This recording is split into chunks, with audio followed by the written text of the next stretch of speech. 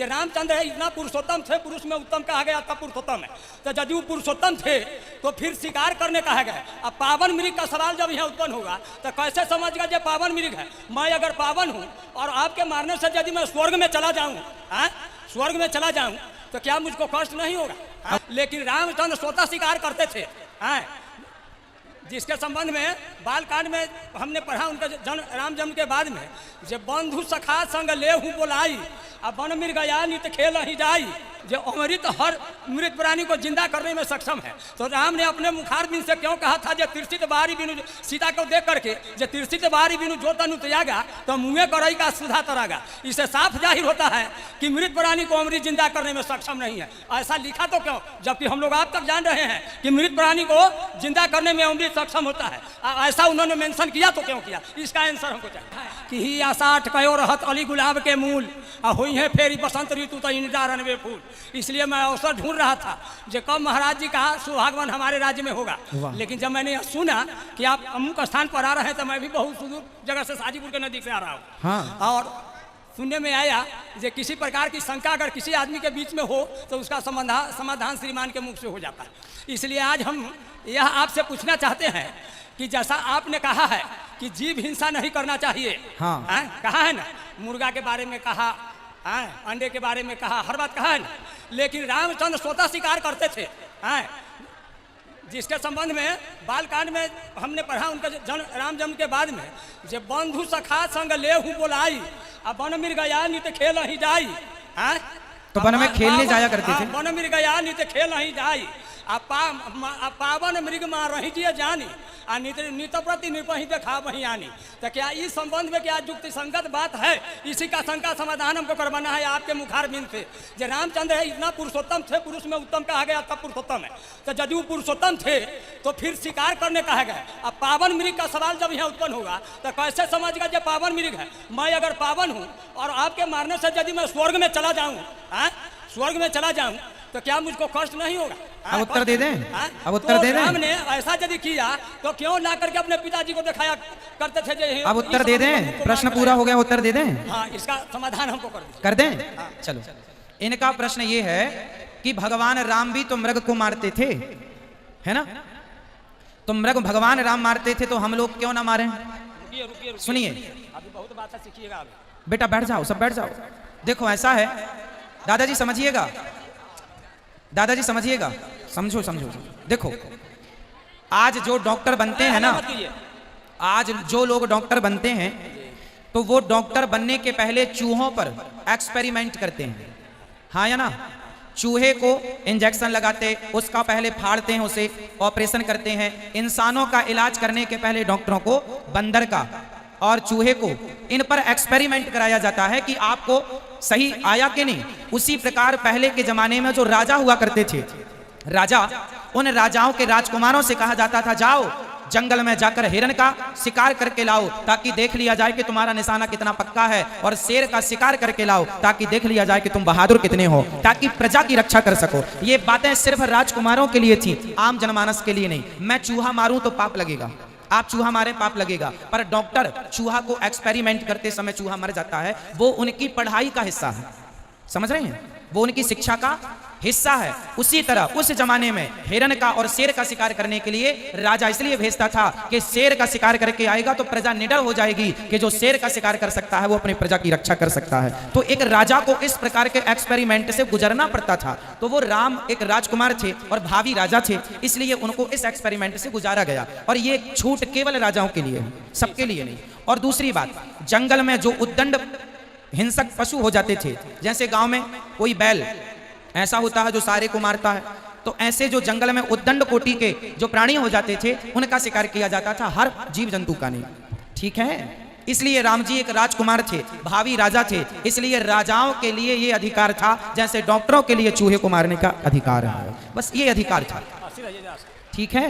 अब एक बात और है, हाँ, जैसे जनकपुर में धनुष भंग करने के टाइम में भगवान जब पहुंचे थे और सीता भी मौजूद थी, तो देखी विपुल विकल्प देही आ निमिष विहात कलपसम ते ही आ तिरसित बारी बिनु जो तनु त्यागा तो मुँह करई का सुधा तरागा। इससे कहने का तात्पर्य है कि जैसा मानस में तुलसीदास ने इस चीज़ को उद्धृत किया है राम की ओर से, जैसा उन्होंने लखन को इंडिकेट किया, तो मेरा कहने का मतलब है जो अमृत हर मृत प्राणी को जिंदा करने में सक्षम है। तो राम ने अपने मुखार बिन से क्यों कहा था, जो तिरसित बारी बिनु सीता को देख करके जो तिरसित बारी बिनु जो तनु त्यागा तो मुँह करई का सुधा तरागा। इससे साफ जाहिर होता है कि मृत प्राणी को अमृत जिंदा करने में सक्षम नहीं है। ऐसा लिखा तो क्यों, जबकि हम लोग आप तक जान रहे हैं कि मृत प्राणी को जिंदा करने में अमृत सक्षम होता है।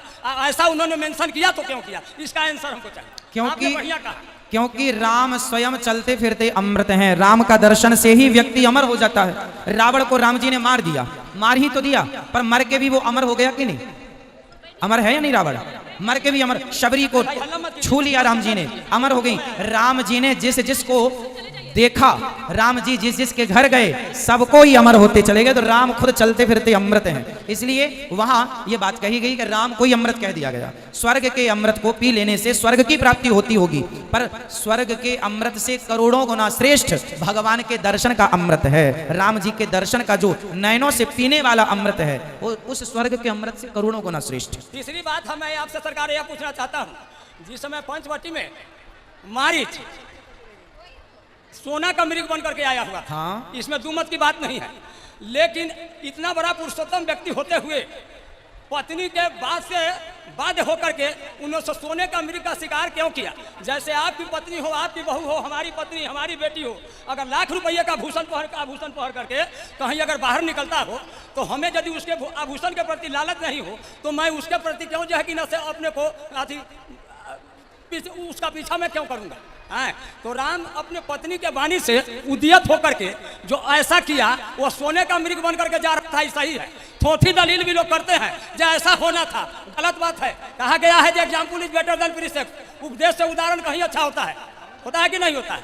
तो यदि वो सोने का मृग हुआ तो क्या उनके लिए युक्ति संगत बात थी कि अपनी पत्नी के बाद से बाध्य होकर के उस मृग का शिकार करना? इस पर अपना विचारधारा हमको प्रकट कीजिए। अच्छा ये बताइए, यहाँ देखिए, यहाँ ये बताइए कि जो सीता, सुनिए ध्यान से इनके सवाल का उत्तर सुनो, जो सीता सोने के मृग पर मोहित हो गई, पहले तो ये बताइए क्या वो सीता स्वयं असली थी? नकली। हाँ, तो नकली सीता ही नकली सोने के मृग में मोहित हो गई। वो खुद नकली थी। जब लगी करहूं निशाचर नासा तब लगी करहूं अग्निकुंड। हाँ, तो उन्होंने नकली सीता बना के रखी है, इसलिए फिर भी सीता का सारूप बना करके रखा था। हाँ। तो फिर सीता के कहने के बाद नकली सीता थी, हम मान लिया इस बात को। हाँ। लेकिन नकली सीता के कहने के अनुसार उनकी वाणी से बात होकर के उन्होंने शिकार क्यों किया? भाई सीता नकली थी और मृग भी नकली था, समझो। सीता नकली थी और मृग भी नकली था, और मृग भेजने वाला कौन था? रावण। रावण राम जी की परीक्षा लेना, रावण ने कह दिया था, रावण समझ गया था कि खरदूषण सम मोहि बलवंता तिन्हि को मारे बिनु भगवंता। ये खरदूषण को मारने वाला कोई इंसान नहीं हो सकता। रावण को संदेह हो गया कि ये राम भगवान है, तो रावण को लगा कि चलो परीक्षा ले लेते हैं, यदि राम भगवान होंगे तो वो मैं पहचान लूंगा। फिर क्या हुआ? रावण ने राम जी की परीक्षा लेनी चाहिए, तो सोने का मृग बना के भेज दिया। यदि इसके पीछे भाग गए तो मैं समझ लूंगा कि ये नकली है। तो राम जी बोले कि रावण परीक्षा ले रहा है तो उसकी परीक्षा में फेल हो जाते हैं। तो राम जी रावण की परीक्षा में फेल हो गए, क्योंकि आगे की लीला करनी थी। रावण परीक्षा लेने आया था। यदि राम जी कह देते ये सोने का मृग है, पोल पट्टी खोल देते मारीच की, तो आगे फिर रावण की योजना क्या होती? फिर सीता हरण कैसे होता? फिर लंका दहन कैसे होती? उस एक घटना से आगे की बहुत सारी लीलाएं करनी थी। इसलिए राम जी सब कुछ जानते थे, लेकिन सब जानकर भी वो रावण की उस परीक्षा में फेल होना ही ठीक समझा। इसलिए राम जी को लीला आगे की करनी थी। यदि नहीं होती वो लीला तो आगे की सारी लीला बाधित हो जाती। इसलिए राम जी फेल हो गए रावण की परीक्षा में। रावण परीक्षा लेने आया था राम जी की। मता राम जपो रे प्राणी, अब तो सुन ले राम कहानी।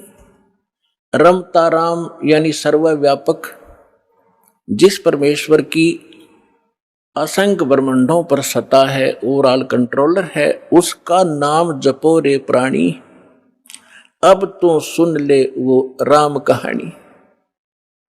अपने आत्माओं, पहले तो आपको राम की डेफिनेशन बताते हैं, डेफिनेशन ऑफ गॉड। परमात्मा की कहानी सुनाते हैं। परमात्मा कहते किसे हैं? श्रीमद् भगवत गीता अध्याय नंबर 15 के श्लोक 16 और 17 में 3 पुरुष बताए हैं। पुण्यात्मा, यहाँ थोड़ा सा एक आपको थोड़ा सा सत्र करता हूं कि देखो आज मानो कितना इंटेलिजेंट हो गया, छोटे छोटे बच्चे इतने बड़े बड़े सब्जेक्ट को कंठस्थ याद कर लेते हैं और सफल हो जाते हैं।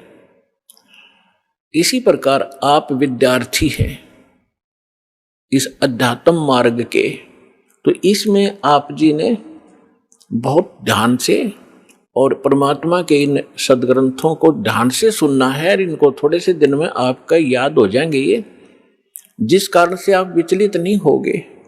इसलिए आपको ये कथाएं सुनाई जाती हैं, रह रह कर उन सदग्रंथों के वो श्लोक और अध्याय बताए जाते हैं ताकि आप याद रखो और भी कोई पूछे उसको भक्त को बता सको। फिर वो जाकर के अपने पास रखी हुई उन पुस्तकों को देखेगा कि इस भक्त ने जो श्लोक और मंत्र बताए हैं ये सही है कि गलत। जब वो अपने सदग्रंथों में देखेगा तो दौड़ा दौड़ा फिर वो सतलोक आश्रम बरवाला में आ जाएगा। इसलिए दास आपको रह रह कर ये रेफरेंस याद दिलाता है। और जब पूरे विश्व में ये यथार्थ ज्ञान फैल जाएगा फिर केवल आपको भगवान की चर्चा सुनाया करेंगे। अब तो जब तक ये एग्जाम्पल उदाहरण नहीं दिए जाएंगे तो आप समझ ही नहीं सकते कि सचमुच कबीर इज गॉड। हम अभी तक तो उनको परमात्मा मान रहे थे जो परमात्मा नहीं थे। परमात्मा की डेफिनेशन बताता हूं। श्रीमद् भगवत गीता अध्याय नंबर 15 के श्लोक 16 और 17 में 3 पुरुष बताए हैं, एक सरपुरुष एक अक्षर पुरुष। गीता अध्याय नंबर 15 के श्लोक 16 में 2 पुरुषों का वर्णन है और इनके विषय में ये भी कहा है कि दोनों पुरुष, पर पुरुष माने प्रभु, स्वामी। अब स्वामी साहब जिसे कहते हैं, जैसे हम कहते हैं तहसीलदार साहब, भाई कमिश्नर, डीसी साहब, डीएम साहब, कमिश्नर साहब, मंत्री साहब, मुख्यमंत्री साहब, प्रधानमंत्री साहब, राष्ट्रपति साहब, ये सभी साहब हैं, सभी स्वामी हैं, ये मालिक हैं, लेकिन अपने अपने अक्षेत्र के। तो इनमें कंप्लीट जो साहब है वो कौन है? राष्ट्रपति, और सेकंड नंबर फिर प्रधानमंत्री। इसी प्रकार सरपुरुष ये ब्रह्म है, ज्योत स्वरूपी निरंजन ये काल है, ये केवल 21 ब्रह्मांड का स्वामी है, मालिक है, साहब है, राम है। राम कहो, साहब कहो, गॉड कहो, अल्लाह कहो, रब कहो, खुदा कहो, ये उस परमात्मा के ही पर्यायवाची भाषा भिन्न नाम है। तो ये इन दोनों के विषय में कहा 15वें अध्याय के 16वें श्लोक में श्रीमद् भगवत गीता में कि सरपुरुष और अक्षर पुरुष इस पृथ्वी वाले लोक में ये 2 पुरुष हैं और इनके अंतर्गत जितने प्राणी आते हैं 21 ब्रह्मांड तो हैं ब्रह्म के, और 7 शंख ब्रह्मांड, नील, पद्म, शंख, ये काउंटिंग है गणित रीति से। 7 शंख ब्रह्मांड का स्वामी है अक्षर पुरुष। वैसे अक्षर का अर्थ होता है अविनाशी, लेकिन ये अविनाशी नहीं है, ये चिरस्थायी है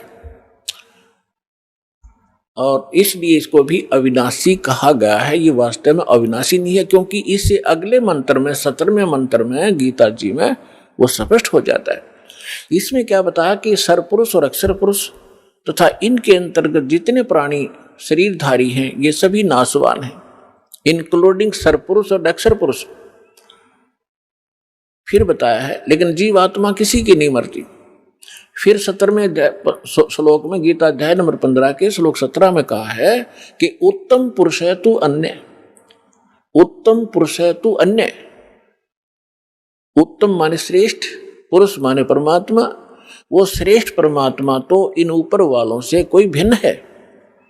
और परमात्मा इति उदाहरते, जिसको परमात्मा कहा जाता है,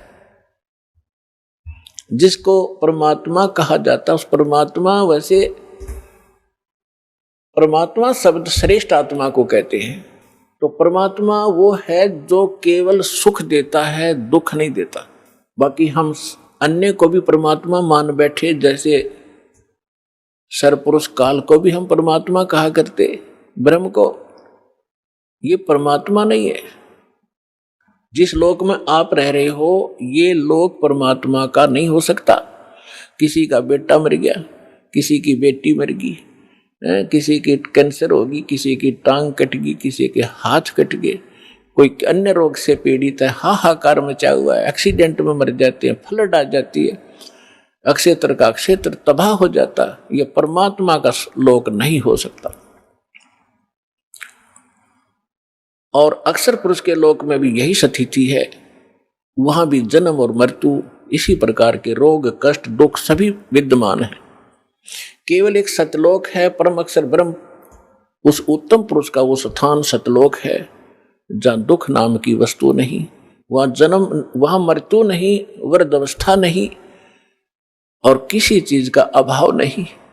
वहां कोई काम नहीं करना पड़ता आपको, कोई टेंशन नहीं, क्योंकि भरा भंडार भगवान का। अब जैसे ये सतलोक आश्रम बरवाला, ये मिनी सतलोक समझ लेना, उसकी रिहर्सल है, उसका एक सैंपल समझो। ये जैसे आप जी यहाँ आते हो, यहाँ आपको कोई टेंशन नहीं, खाने की, रुकने की, नहाने और धोने की। और सारा दिन आप तो एक हफ्ता रुकते हो, 4 दिन रुकते हो, 10 दिन रुकते हो, बना बना भोजन मिलता है, बिछे बिछाए मैट मिलते हैं, ऊपर पंखे चल रहे होते हैं, नहाओ धो, भगवान का भजन करो, चाहे 10 दिन रुको, आपको कोई टेंशन ही नहीं। और ये सतलोक के अंदर ये सुविधा उपलब्ध है। ये काल का लोक है, यहाँ भी हम इतनी सुविधा नहीं उपलब्ध करा सकते परमात्मा के बच्चों को। फिर भी हमारा जितना सामर्थ्य है कोशिश खूब करते हैं, क्योंकि सतलोक आश्रम बरवाला में आम आत्मा नहीं आ सकती, परमात्मा की विशेष लाडली आत्मा ही पहुंच पाती है। भले ही वो दुखी है चाहे सुखी है, फिर यहाँ सुखी करेगा उनको। इसलिए हम संभव कोशिश करते हैं इनको कोई कष्ट ना हो।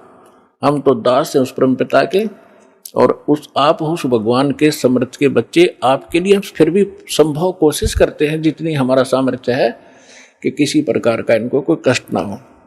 तो कहने का तात्पर्य है कि जितना समय आप यहाँ बिताओगे, ये आपका समय और ही तरह का होता है।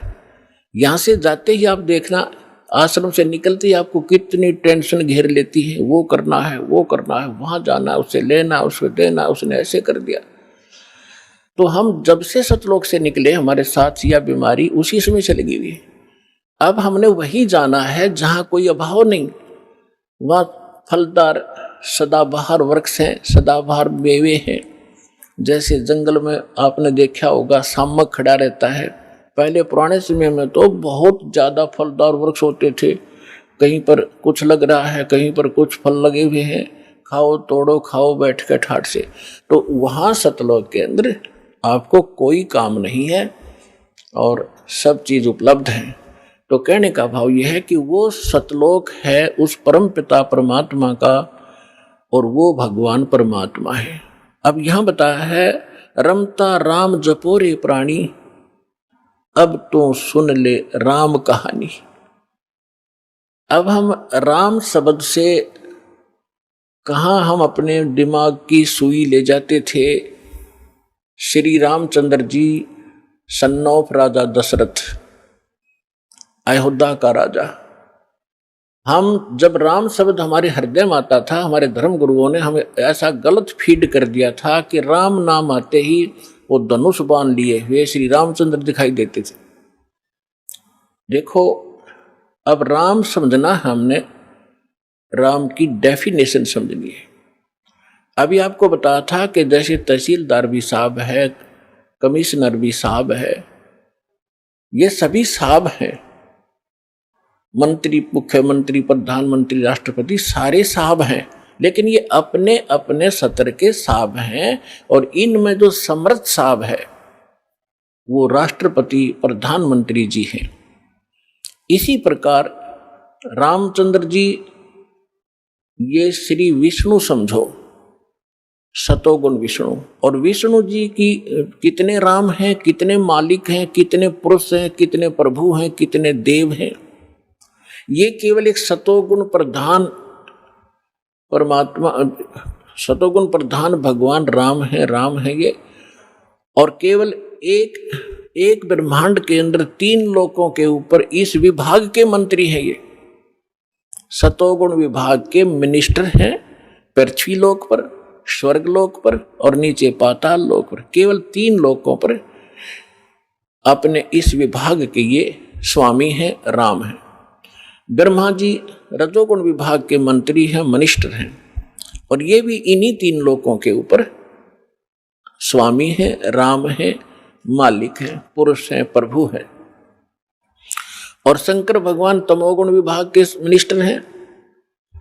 इसी प्रकार इन 3 लोकों पर इनके जो पिता हैं सरपुरुष ब्रह्म ज्योत स्वरूपी निरंजन, ये इसके 21 ब्रह्मांड हैं। एक ब्रह्मांड समझो एक प्रांत है, और ये प्रत्येक प्रांत में मुख्यमंत्री का, चीफ मिनिस्टर का रोल करता है। अपने 3 पुत्रों को ये प्रधानमंत्री, ये मंत्री बनाकर रखता है। मुख्यमंत्री, मुख्य मीन यहाँ वाला मुख्यमंत्री नहीं, यानी अन्य से जैसे देव और भी हैं, जैसे जल का देवता वरुण है और धन का देवता कुबेर है, ऐसे ये अलग अलग जो और देवता हैं, जैसे सूर्य प्रकाश स्रोत का देवता भगवान प्रभु सूर्य है। सूर्य ये आग का गोला नहीं है, एक देव है जो इन प्रकाश स्रोतों का स्वामी है। जैसे बिजली मंत्री होता है, बिजली मंत्री, विद्युत मंत्री वो कोई पत्थर का नहीं होता, या कोई वो बिजली चमकती हुई नहीं होता, वो एक इंसान होता है, उसके कंट्रोल में बिजली विभाग होता है। इसी प्रकार सूर्य देव ये नहीं है जो सूर्य चमक रहा है, इनके ऊपर कंट्रोलर है सभी सूर्यों पर। इस ब्रह्मांड के अंदर भी कई सूर्य हैं, एक नहीं, और ऐसे ऐसे बहुत से और भी प्रकाश स्रोत हैं चंद्रमा की तरह, तो उन सब का कंट्रोलर वो है। ऐसे तो कहने का भाव ये है कि ये केवल 21 ब्रह्मांड का स्वामी है सरपुरुष, और अक्षर पुरुष 21 ब्रह्मांड, 7 संग ब्रह्मांड का राम है, 7 संग ब्रह्मांड का स्वामी है, मालिक है। और परम अक्षर ब्रह्म, पूर्ण परमात्मा, उत्तम पुरुष है तू अन्य, वो कबीर देव जो है परम अक्षर ब्रह्म, वो असंख्य ब्रह्मांड का राम है, मालिक है, स्वामी है। तो अब क्या बताते हैं, रमता राम जपो रे प्राणी, अब तो सुन ले राम कहानी। कच्छ मच्छ कूरम ना होते, धौल धरनी नहीं ध्यानी। चंद सूरज 2 दीपक ना थे पवन और पानी। भाई कच्छ मच्छ ये कूरम ना होते, धौल धरनी नहीं ध्यानी। चंद सूरज 2 दीपक ना नहीं थे पवन और पानी। ब्रह्मा विष्णु महेश नहीं होते, नहीं लक्ष्मी नहीं गौरज रानी। सावतरी नहीं सनकादिक तब होते अलख बिनानी। अगर आप ये वीडियो YouTube पर देख रहे हैं तो हमारे चैनल को सब्सक्राइब करें और बेल आइकन को दबाना ना भूलें। अगर आप Facebook पर ये वीडियो देख रहे हैं तो हमारे पेज को लाइक करें।